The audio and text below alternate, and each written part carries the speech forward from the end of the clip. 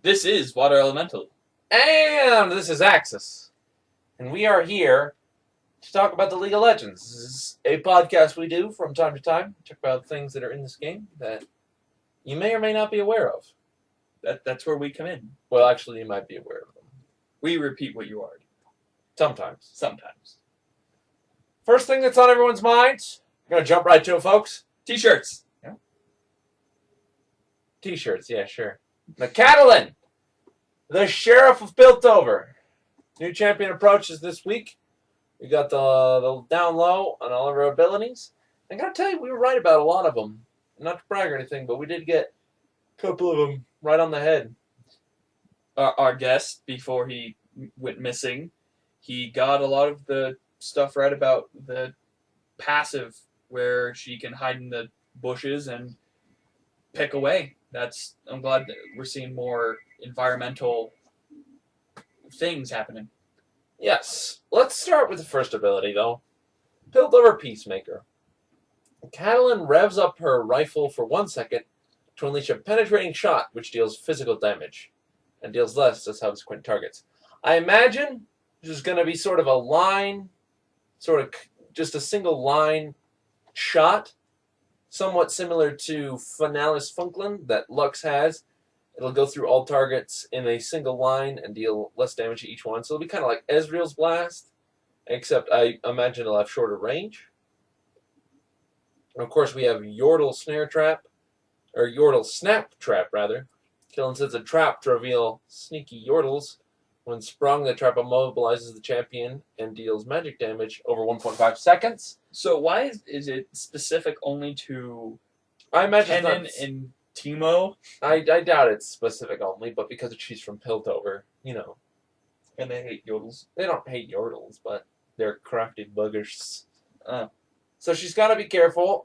I imagine it can be set up to ambush people a lot like Teemo's traps or Nidalee's traps. And it's an immobilize.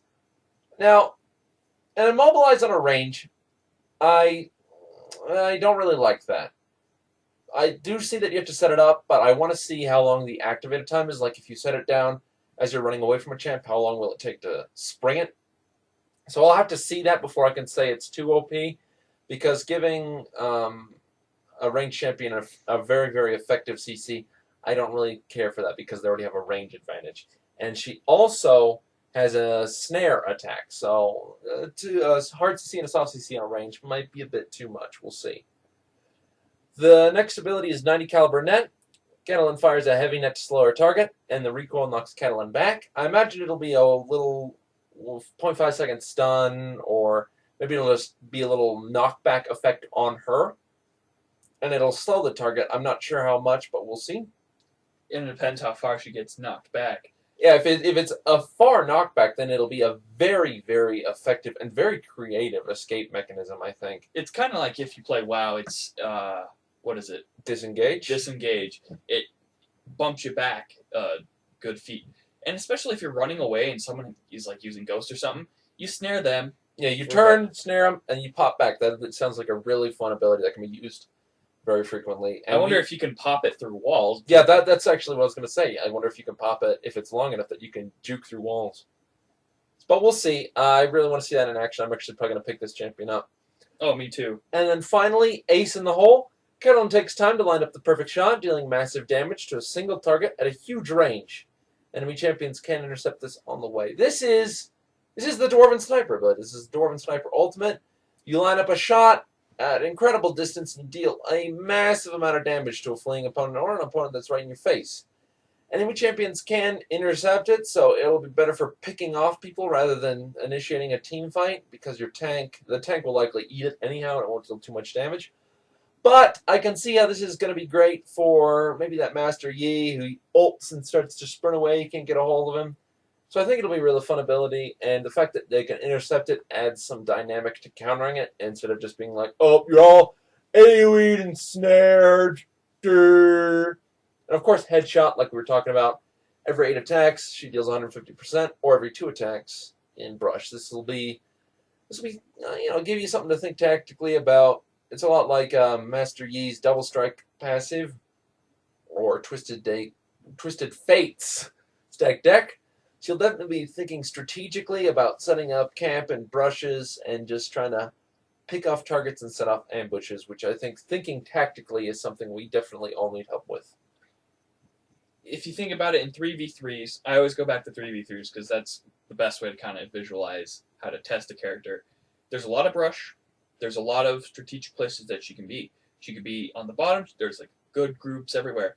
If you think about it, she could be in a good position to deal massive amount of damage at your tower. So it's kind of like you don't want to put her there in that position where she could just sit in that bush and pick off all your units and then push forward. You're going to have to make sure you know where she is and how to keep her away from that specific area. Another application is, of course, 250% weapon damage against a minion.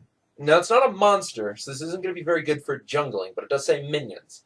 So, with a little bit of lifesteal, maybe a Vampiric Scepter, even a Doran's Blade, she's going to be getting a significant amount of HP back, especially if it's every second attack. She's getting 250% weapon damage. That is roughly, that's what, 150, 125 damage at level 1, pretty much. Well, if her damage value is like other champions. 150, 125% weapon damage.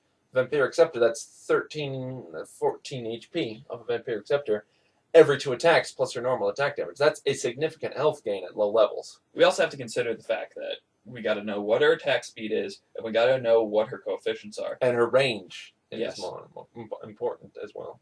Because it all depends what you're going to stack for it. If it's a lot of ability power... Well, as far as AP goes, only one of her abilities says it deals magic damage, and that's her Snap Trap. I doubt her ace in the hole will be based on magic damage. I really doubt that. Yeah, it's a gun. I don't think guns shoot magic. Well, some guns shoot magic. Did you ever play Final Fantasy Tactics? Oh, yeah, huh?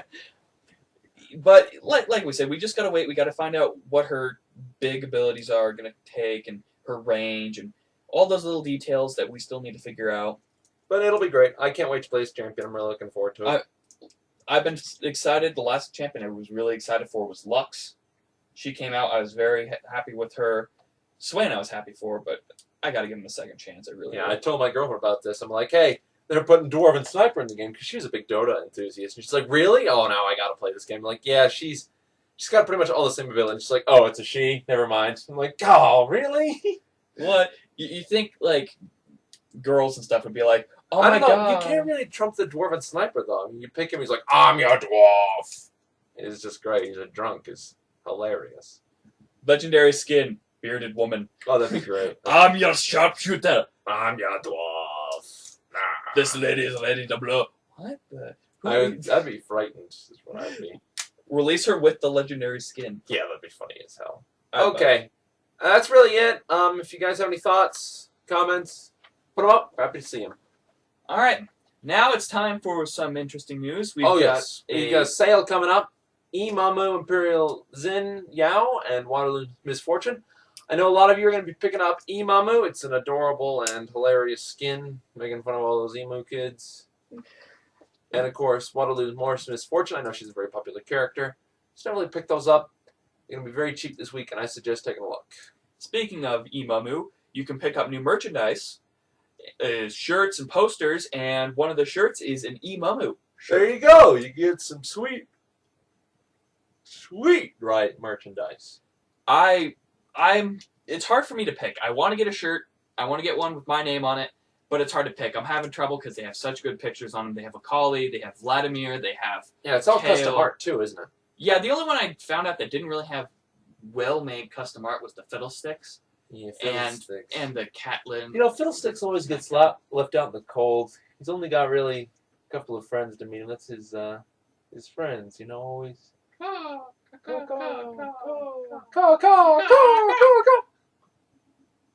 No, not this time, I guess.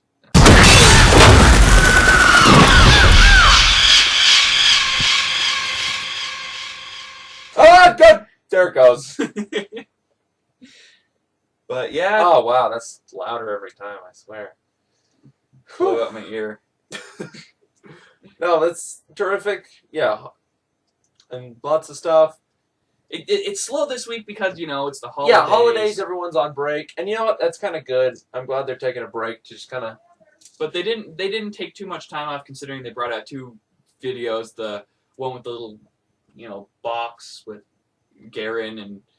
That actually, I'm curious about what that is because that might be the new engine at work.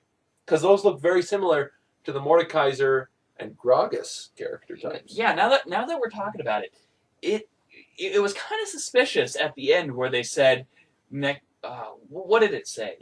2011, expect the unexpected. Expect the unexpected. And when I saw that, I'm like, I kind of had this weird reaction. I was like, what? I was kind of pumped up because the videos, music, and stuff, and the everything was going on with that. You're kind of excited because you're like building up something, and you're like, and then you see that, you're like, ooh, this is going to be good. So they have something planned.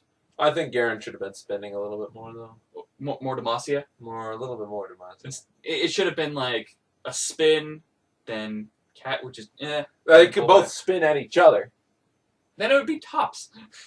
You just spin them. It could be Garen Dreidel, Catriona Dreidel. I love it. The other video they brought out, the community theater, I got a few chuckles out of it. It was showing a lot of their, workers, and I'm glad that they give credit to them. True dat. But the end with the bro popping out of the box, probably. That's funny. Bro. Let's just hope they don't do that too much, because it might lose its charm if they use it every video. Yeah, if he pops out in every video, he's kind of like the interrupting guy. He was funny. It was like Rickroll. It's like Rickroll. Yeah. Well, that's really it as far as news. We're very news-light this week, guys, so just, don't be too disappointed. We are still looking for kill cams, of course. Check us out as well at D2D Gaming. Discuss strats, StarCraft stuff, Warcraft stuff, all kinds of stuff there you can check out. Go take a look. It's in the bottom. Of course, our Facebook page. Check it out. It's going to come in handy sooner or later. At some point, it might be useful. Facebook, that is. Yeah. And yeah, we're happy to hear from you. Any feedback? And let us know about what you think about Cat. This has been Axis. And Water Elemental. And we are not going to make up a weird late afternoon sign of jizz interp